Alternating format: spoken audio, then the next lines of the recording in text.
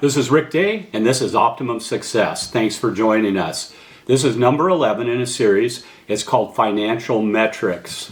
Not real exciting stuff for a lot of people, but really important for whether it's your business or you're getting into property. So I'll give you a quick example for property.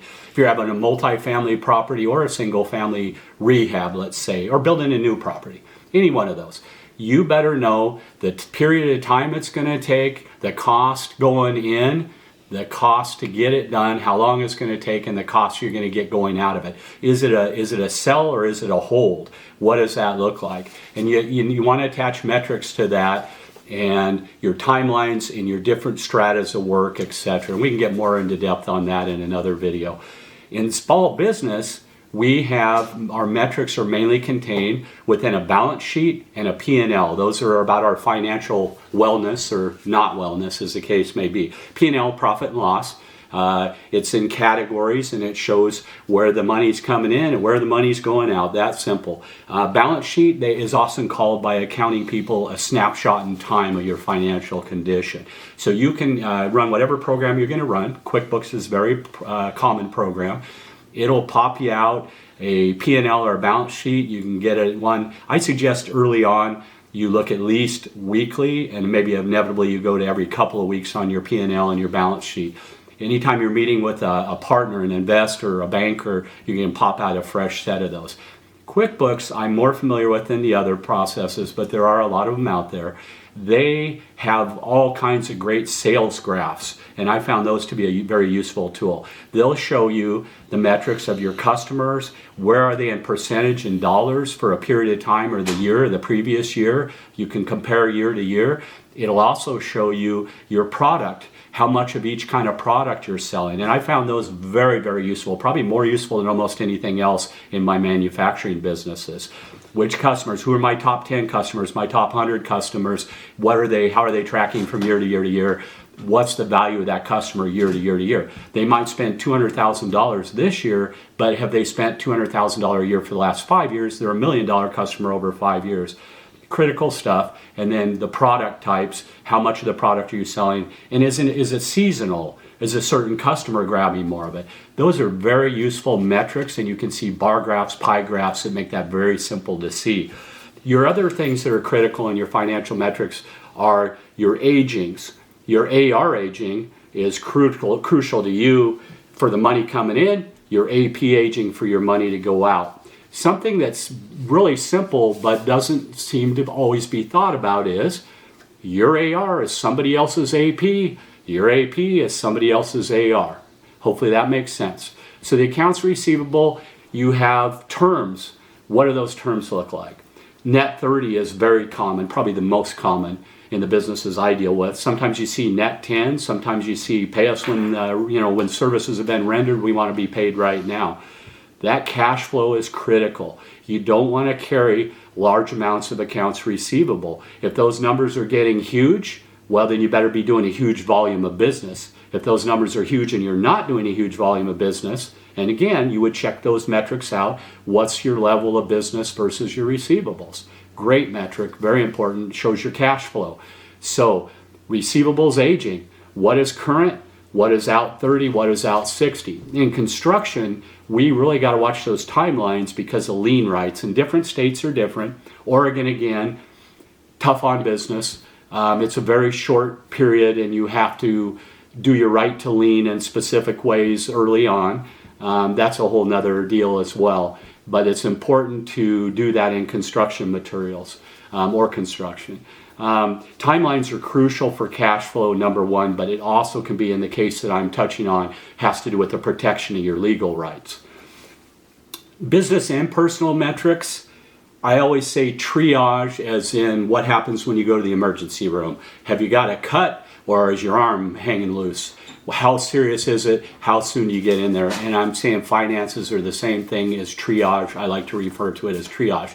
You look at everything you've got. What's the most painful?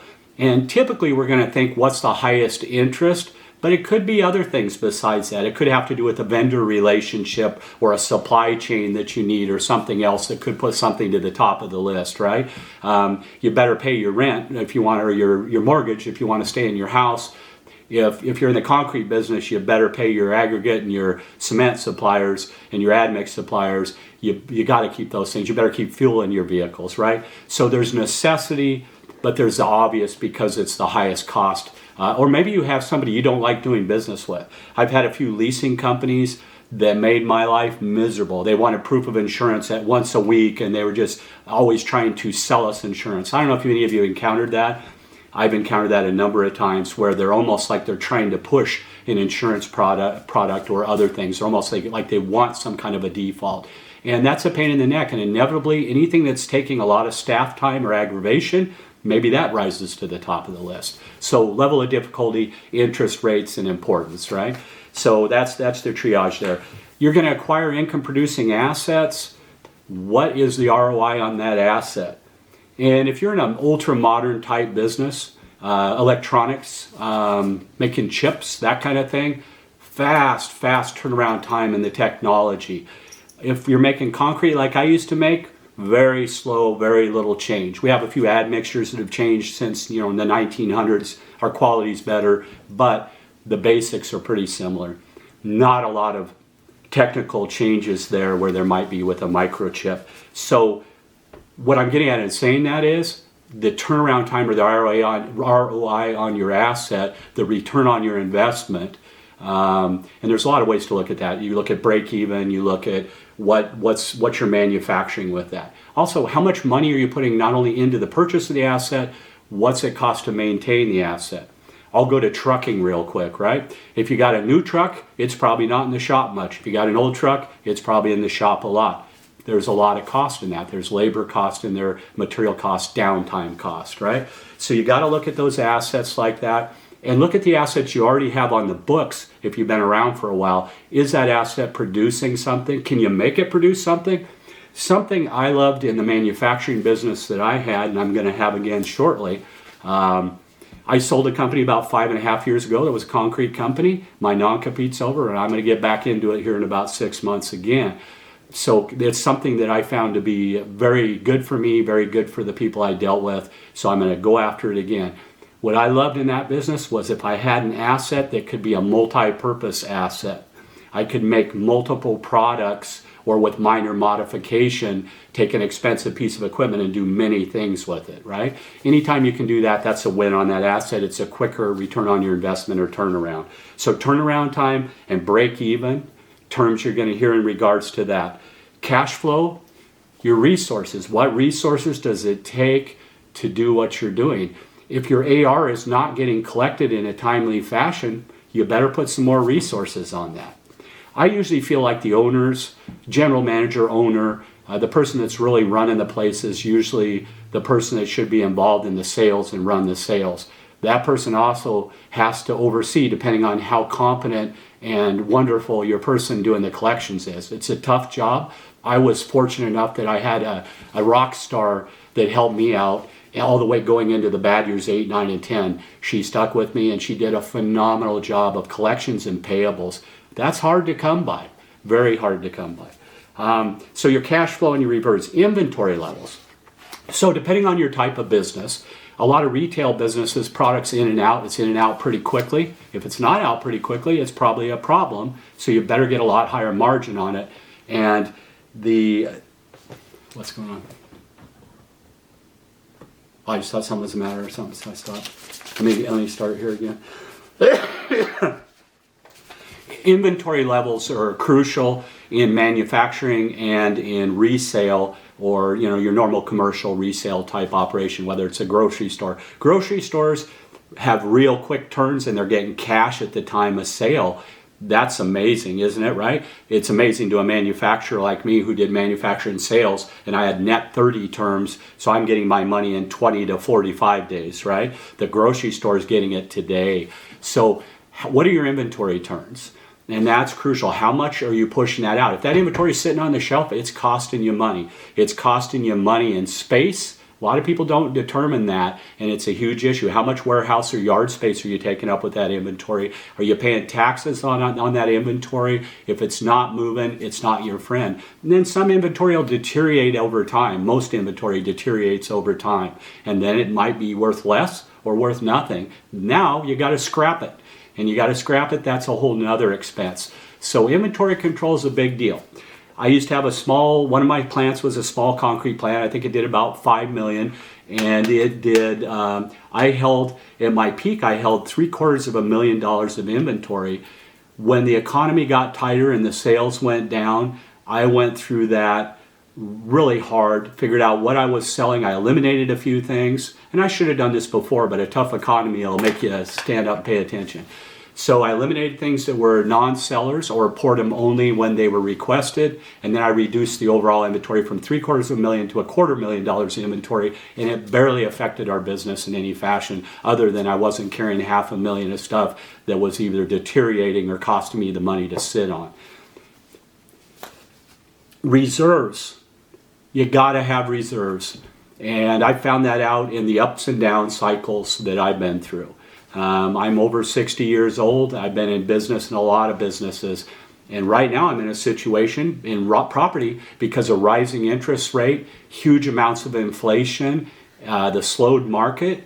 It would have done me in if I didn't have the reserves to cover that, because I'm building a bunch of projects, trying to sell projects at the same time, but I'm getting very little action. If I didn't have those reserves, I'd be dead.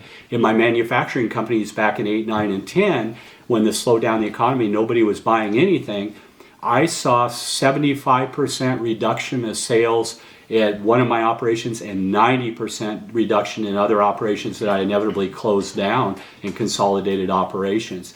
If you don't have the reserves, you're through. You got to have cash. Inventory levels and turns we've talked about. The other thing I would bring up again is customer and product, that you want to track those things. What are your sales numbers? What are your margins? There's an old joke, right? We're going to make it up in volume, right? What you do is you just bleed harder in volume, right? So you got to make sure that your margin's in there. Now in manufacturing, I had what I called standard costing, and then we also had job costing or specialized costing like you'd see in construction or when you build something that's unique. Standard costing is for a widget that you build day in and day out. And fortunately in my industry, that's a good part of the business. So I have standard costing. Do I leave that the same year upon year? If I do, my margins potentially could shrink, or I could even lose money on them. And this is absolutely crucial.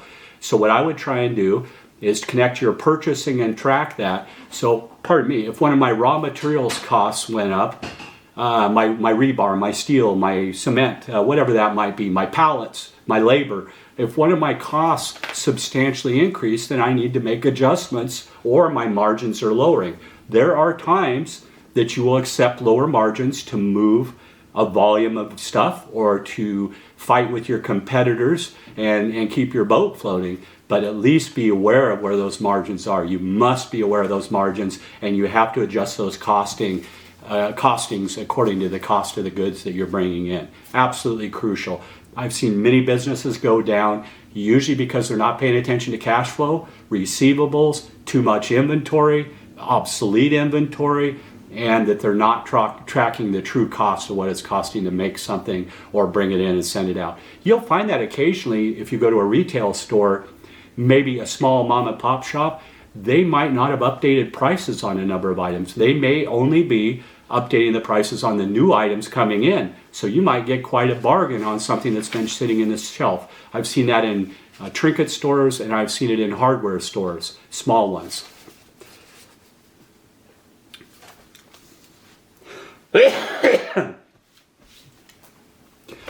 You need to track your frequency and your shelf life again, and your turns on your inventory. That is huge. I know I've touched on it, and the margins and the frequency, and then how do you set up your operation? The items that people come in for the most should be the easiest to get. Most of these things are logical, but you'd be amazed how many businesses don't do it well. Put the product near where it's being unloaded or manufactured. Put the product out front that people are buying the most of. This sort of thing, right? Seems obvious, but there's a lot of people. The other thing I want to say quickly about financial metrics, don't commingle your money. Don't put your personal money and your business money. You can write yourself a note and lend your business money, or your business can write you a note and lend you money. Make sure you got paperwork on it. Don't randomly let these transactions go back and forth and merge with each other. That will get you in trouble with the government. Accountants, somebody that might acquire your business, and the federal government are not fond of commingling. It can get you in trouble, and it can raise your risk factors substantially. So I would suggest you have some credit cards personally, credit cards for the business, checking account business, checking account personally. Obviously, business expenses that enhance your personal life that are legit, have fun with it. Thank you for hanging out with me today. I appreciate it. This is Rick Day, and this is Optimum Success. Thank you.